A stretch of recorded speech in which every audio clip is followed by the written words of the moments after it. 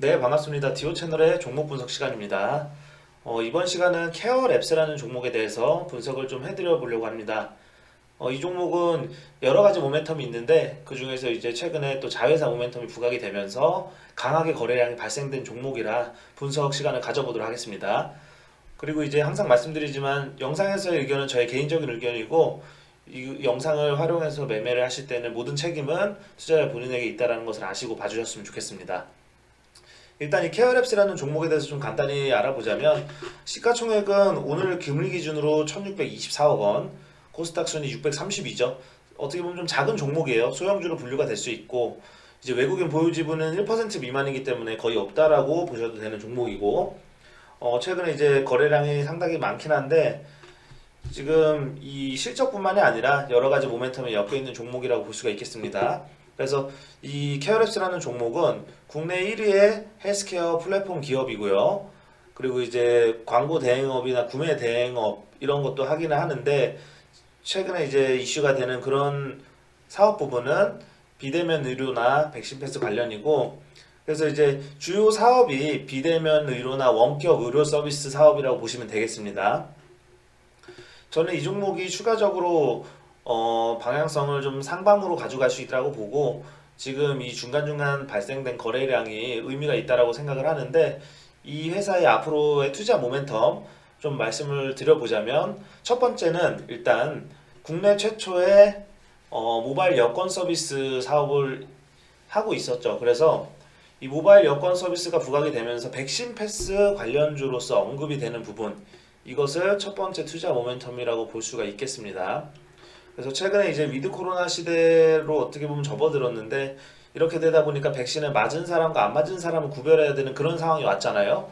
그래서 백신을 맞은 사람들을 체크할 수 있는 그 모바일 여권 서비스로 이 관련주가 백신 패스 관련주로 분류가 됐다 이렇게 말씀을 드리는 거고 관련된 이제 기사 내용을 좀 보면 백신 패스 관련주로 딱 정해져 있는 종목은 없어요. 이 백신 패스에 대해서 명확하게 지금 국가에서 이렇게 지정해 놓은 서비스가 있는 것은 아닌데 이 백신 패스 관련주로 케어랩스가 분류가 된다는 거고 이 기사 내용 보면 이제 이번 달 1일 기사죠.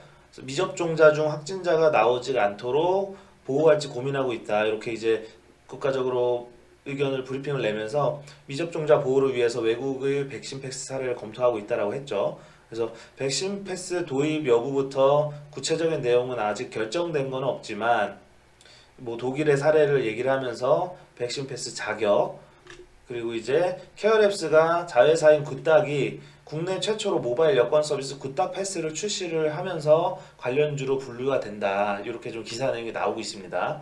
그래서 향후에 위드 코로나 상황에서는 그렇다고 해서 코로나가 완전히 없어질 게 아니기 때문에 뭐 영업 제한이라든지 그런 것들을 풀기 위해서라도 백신 패스는 이루어질 수밖에 없는 상황이고 그러다 보니까 이 관련주에 언급이 되면서 모멘텀이 부각될 수 있다 이렇게 생각을 합니다.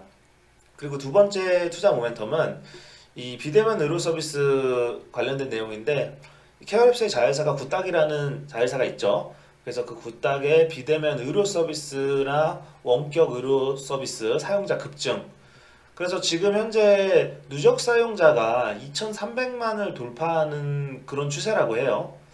그래서 이게 어떻게 보면 이 케어랩스의 주 사업입니다. 주력 사업인데 이 성장세가 지속되고 있다.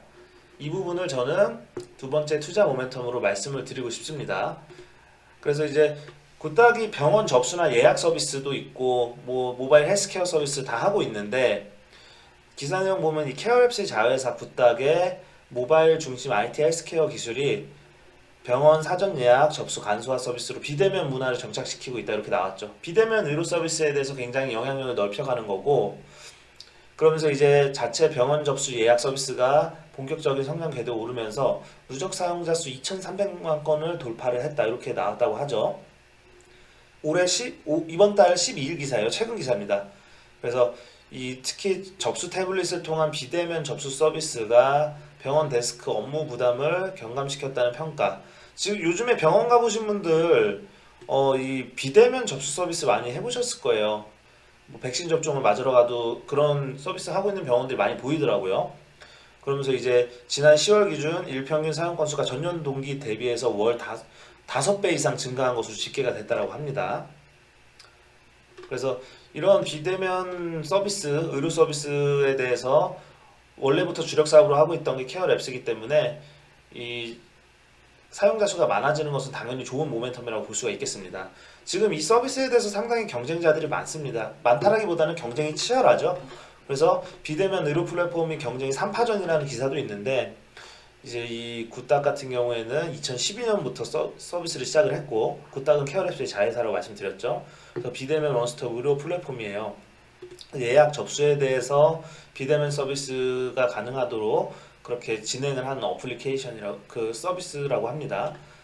그래서 이제 작년 7월에 굿닥 사업부를 물적 분할해서 독립법인을 세웠어요. 그래서 굿닥이라는 회사는 추후에 상장할 수도 있다라고 하니까 이 부분도 이제 중장기적으로 봤을 때는 케어랩스에게 또 좋은 모멘텀이 될 수 있다 이렇게 생각을 하고요. 그리고 이제 세 번째는 최근에 부각된 이슈인데 이 케어랩스가 7.8%의 지분을 보유 중인 블록체인 헬스케어 기업 휴먼스케이프라고 있습니다. 이 휴먼스케이프라는 기업이 이제 그 블록체인 가상화폐 사업을 하고 있는데 이 회사에 대해서 카카오도 150억의 지분 투자를 했다고 하죠. 그 계약을 했다라는 기사 내용이 오늘도 확인이 됐는데 그러면서 결국에는 이 휴먼스케이프의 기존의 주요 주주였던 케어랩스 그리고 여기에 이제 신규 투자를 한 카카오가 분명히 시너지 효과를 낼 수 있지 않을까 이런 기대감이 부각이 되고 있습니다. 저는 이것도 중장기적으로 봤을 때 투자 모멘텀에 해당이 된다라고 보고 결국에는 이제 이 카카오랑 뭔가 연관이 되면 플랫폼의 영역이 굉장히 넓어진다라는 게 지금 다들 그렇게 알고 있기 때문에 추후에 케어랩스의 사업 방향이나 확장성에 대해서도 굉장히 좋은 모멘텀이 될 수 있다. 저는 이렇게 생각을 합니다. 기사 내용 보면 케어랩스가 이제 지분 보유한 헬스케어 기업에 카카오가 추가적으로 지분 투자를 했다라고 하죠. 그래서 이제 카카오는 이 휴먼스케이프라는 회사의 지분 20%를 150억에 인수하는 주식 매매 계약을 체결했다.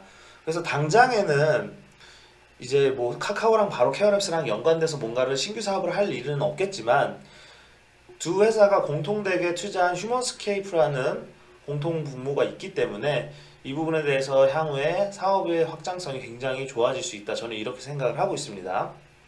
그래서 이 부분도 세 번째 투자 모멘텀이라고 말씀드리고 마지막으로는 이 올해 같은 경우에 케어랩스의 매출액이 상당히 크게 증가를 했어요. 그래서 최대 실적의 기대감이 상당한데 그러다 보니까 당연히 밸류에이션이 재평가될 가능성이 있다 이렇게 말씀을 드리고 싶습니다.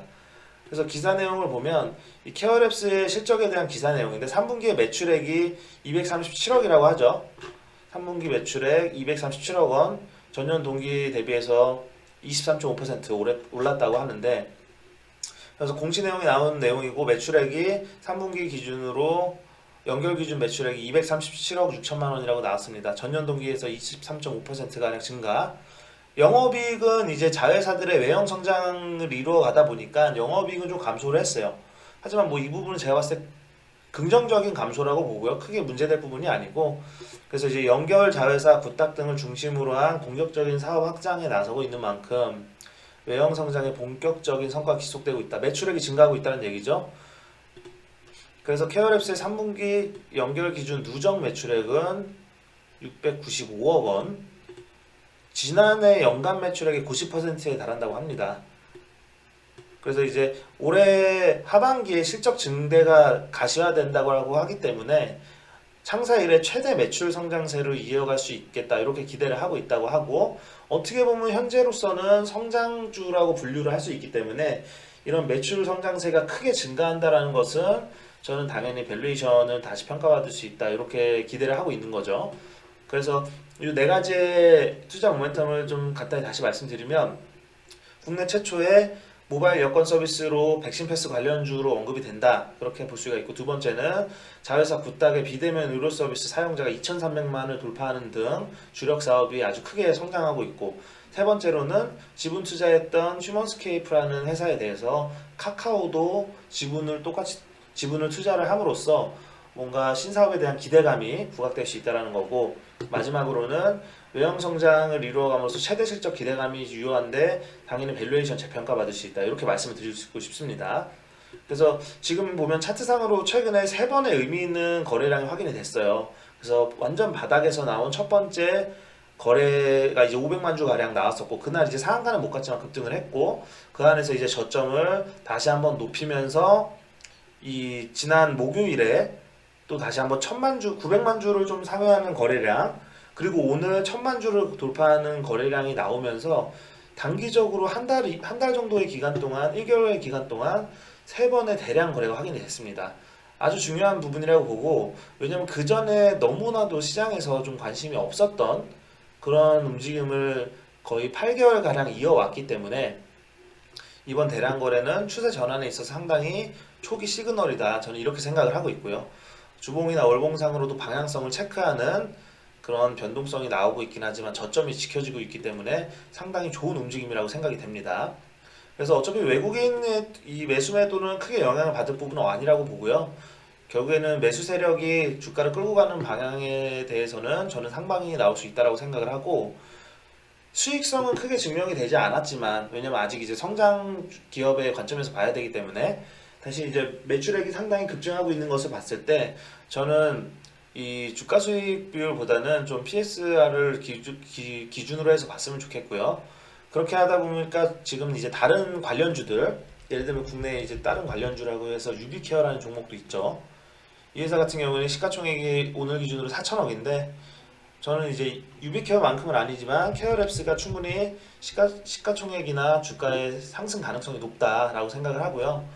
매출액을 좀 기반으로 해서 봤을 때 시가총액을 저는 2천억에서 2,200억 사이를 중기적인 관점에서 적정한 그 시가총액이라고 생각을 합니다. 그래서 현재 가격대로 보면은 아직 30% 내외의 상승이 가능하다. 저는 이렇게 생각을 하고, 30%의 상승이 여기서 나온다면 결과적으로는 정고점 부분이에요.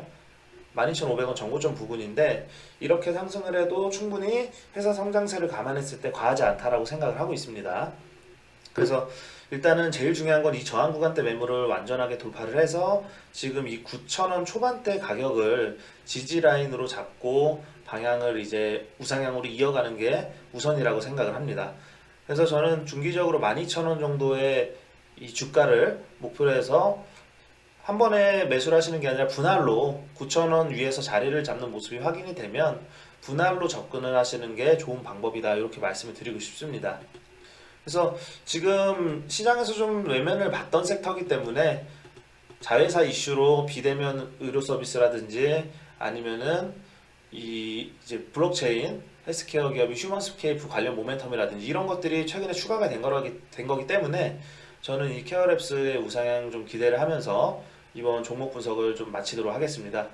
그래서 일전에 종목 분석 올린 종목들 보면 저항선을 돌파하는 과정에서 간혹 가다가 이제 조정을 바로 받을 수도 있지만, 조정을 잘 이겨내고 특정 가격대를 지켜내면 좋은 우상향이 나오든지 혹은 급등 추세가 나오는 종목이 많았기 때문에 이 종목도 비슷한 관점에서 보고 있어요. 그러니까 너무 뭐 단기적으로 결과를 내는 분들은 당연히 이 종목 크게 뭐 신경 안 써도 되고요.